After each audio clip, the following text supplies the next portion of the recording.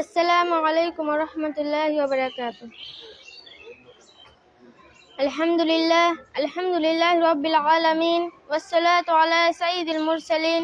أما بعد فأعوذ بالله من الشيطان الرجيم. بسم الله الرحمن الرحيم. সমস্ত প্রশংসা, সমস্ত গুণগান সেই মহান রব্বুল আলামিনের জন্য, তিনি আমাদের সুন্দরভাবে সৃষ্টি করে এই পৃথিবীর বুকে পাঠিয়েছেন। তারপরে পরে হযরত মুহাম্মদ সাল্লাল্লাহু আলাইহি ওয়াসাল্লামের উপর হাজার হাজার দরুদ ও সালাম বর্ষিত হোক। তাই আমরা সকলেই বলি আমিন। আমার বক্তব্যের বিষয় হচ্ছে সামাজিক দৃষ্টিকোণে পণ প্রথা।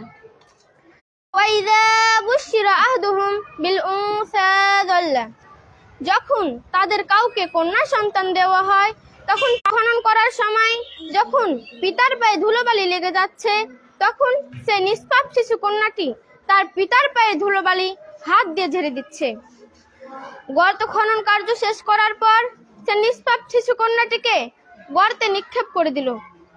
সে নিষ্পাপ শিশু কন্যাটি আর্তনাদ করে বলছে, আব্বাজান আব্বাজান, আর কোনোদিন আব্বা আব্বা বলে ডাকবো না, আমাকে বাঁচতে দাও, আমাকে বাঁচতে দাও। তখন সে নিষ্পাপ শিশু কন্যাটিকে চিরতরে মাটির সাথে মিশিয়ে দিল। তথাকথিত আজকের অবস্থা সেরকম।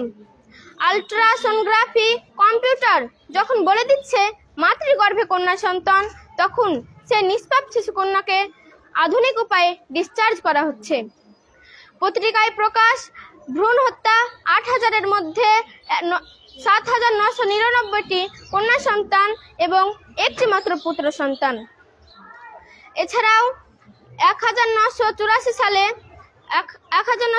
সালে ৪০,০০০ কন্যাকে জন্মের পূর্বেই খুন করা হয়েছে।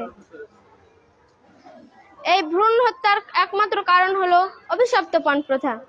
এই বলে আমি আমার বক্তব্য শেষ করছি। ওমা আলাইনা ইল্লাল বালাগ। আসসালামু আলাইকুম ওয়া রাহমাতুল্লাহি ওয়া বারাকাতুহু।